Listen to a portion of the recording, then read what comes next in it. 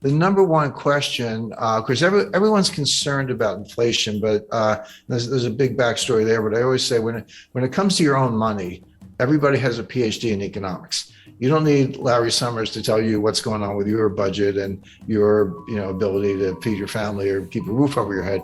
So people get inflation. It's one of the reasons it's so politically toxic is because it's unavoidable. You can't fudge it. You can't spin it. It's like, hey, if I used to fill up my Ford F-150 truck for $50 and now it's $125, A, you get it. It's right in your face. And B, that's $75 that you don't have to take your spouse out to dinner, buy a new jacket or whatever.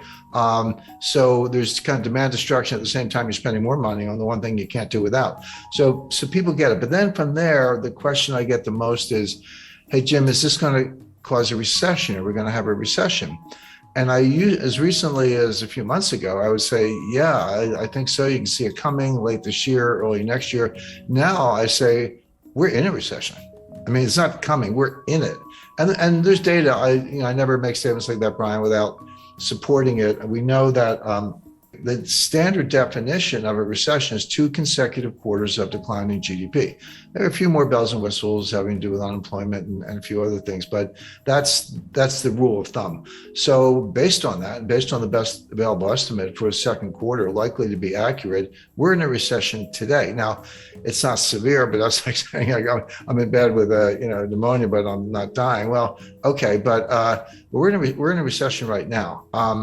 There's a lot of whistling past the graveyard. I mean, the stock market is still greatly overpriced. There's still the buy the dips mentality hasn't gone away. It's still there. You got people like Jim Cramer yelling, buy Netflix or whatever.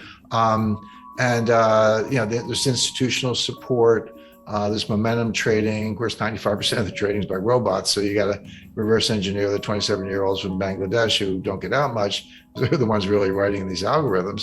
Brilliant engineers, but you'd have to show them around Wall Street. So all that's going on. So we haven't really seen the market collapse, stock market collapse that I would expect in association with a severe recession has not happened yet. This is just going to play out. It'll get worse as the year goes on.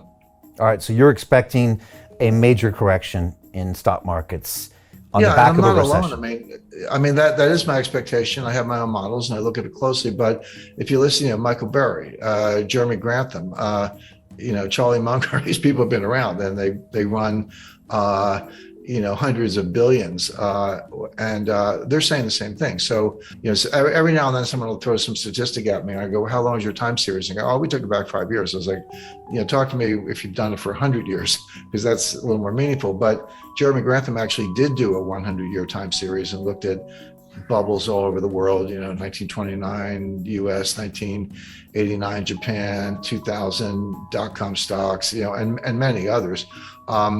And he said he's never seen anything like it. It's a triple greatest bubble of all time times 3 in the sense that it's real estate, stocks, and other asset classes. So I do. That is my view, but it's shared by a number of other analysts. And that would mean like S&P coming off another 20-30%? Yes. And again, you have to remind people. 1929, the stock market fell 22% in 2 days. It wasn't one day. It was like 12% one day, 11% the next day. So 23% over 2 days. But that wasn't the crash. That was the beginning of the crash. This Dow Jones fell 82% from top to bottom. Now, it took 3 years. It bottomed in June 1932. Started in October 1929, so not quite 3 years.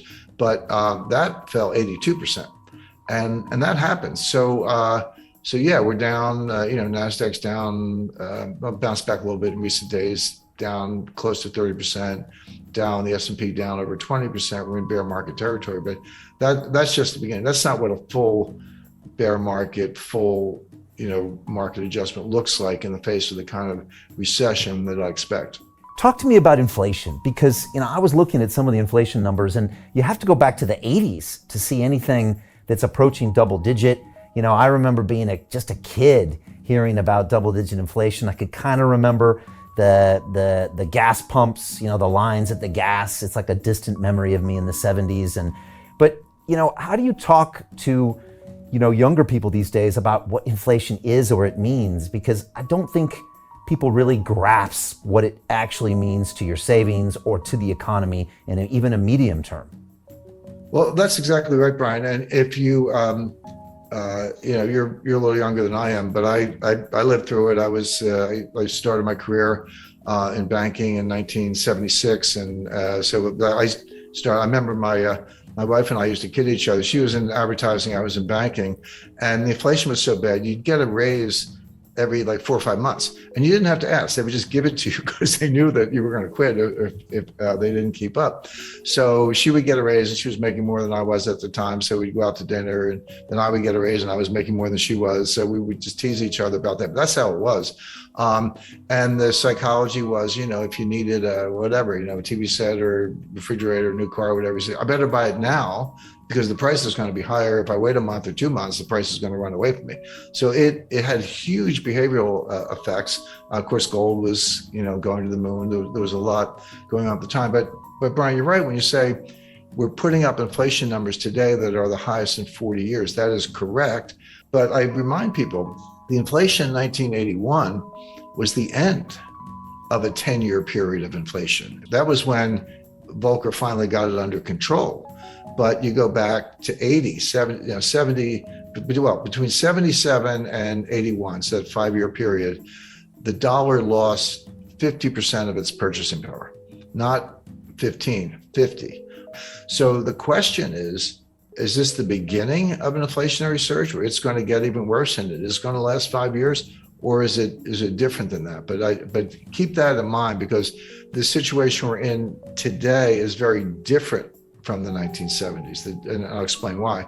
But I'll explain why right now, because in the 70s, it was triggered from the supply side with first the Arab oil embargo in 1973 as a result of the 1973 Arab-Israeli war, and then the price tripled, but it went from like $2 to $6. Okay. But percentage terms, that's a huge jump, but it was still $6. And then it got to 12. And then in 1979, you had a second oil embargo because of Iran and the Ayatollah and the revolution and the hostages and all that. And then it went from kind of 12 to 20. So oil went up by a factor of 10 in the course of the late 70s because there's two different embargoes. So that's coming from the supply side. But what happened was, the other source of inflation is on the demand side. So you have what's called cost push inflation. That's where supplies choked off, or there's an embargo, or there's a shortage, natural disaster, a lot of things. It's coming from the supply side, and demand is inelastic, so you just pay up or kind of do without. But the demand side is much more psychological. That's called demand pull inflation. That's when consumers behave the way I described, and as I say, I lived through the 70s, where hey, I better buy it today, I better buy it now. You're pulling all this demand forward and bidding up prices because you're worried that it's going to get even worse. So as that applies to today, we are starting with the cost push inflation, mainly the price of energy, but the price of food is a big factor, and of course they're related. It's like, here's the energy, here's the food. Where do you think the food comes from? To get the food, you got to feed the pigs and cows. What do you feed them? You feed them corn. How do you get corn? Well, you grow it on a farm. You need nitrogen fertilizer. You need diesel in your tractors. You get the food. You got to put it in a truck to get it from point A to point B. That requires diesel. The higher the diesel price, the higher the cost of food because you're moving it by truck, et cetera. So these things, as I say, are linked. But food prices are going up substantially, and the two things you can't do without are gas in the car and food. So you have that cost push inflation. We're not quite at the stage where it's demand pull. We're not quite at the stage where individual consumers are behaving the way I described in the 1970s, saying, "Hey, better spend the money fast because it's losing value."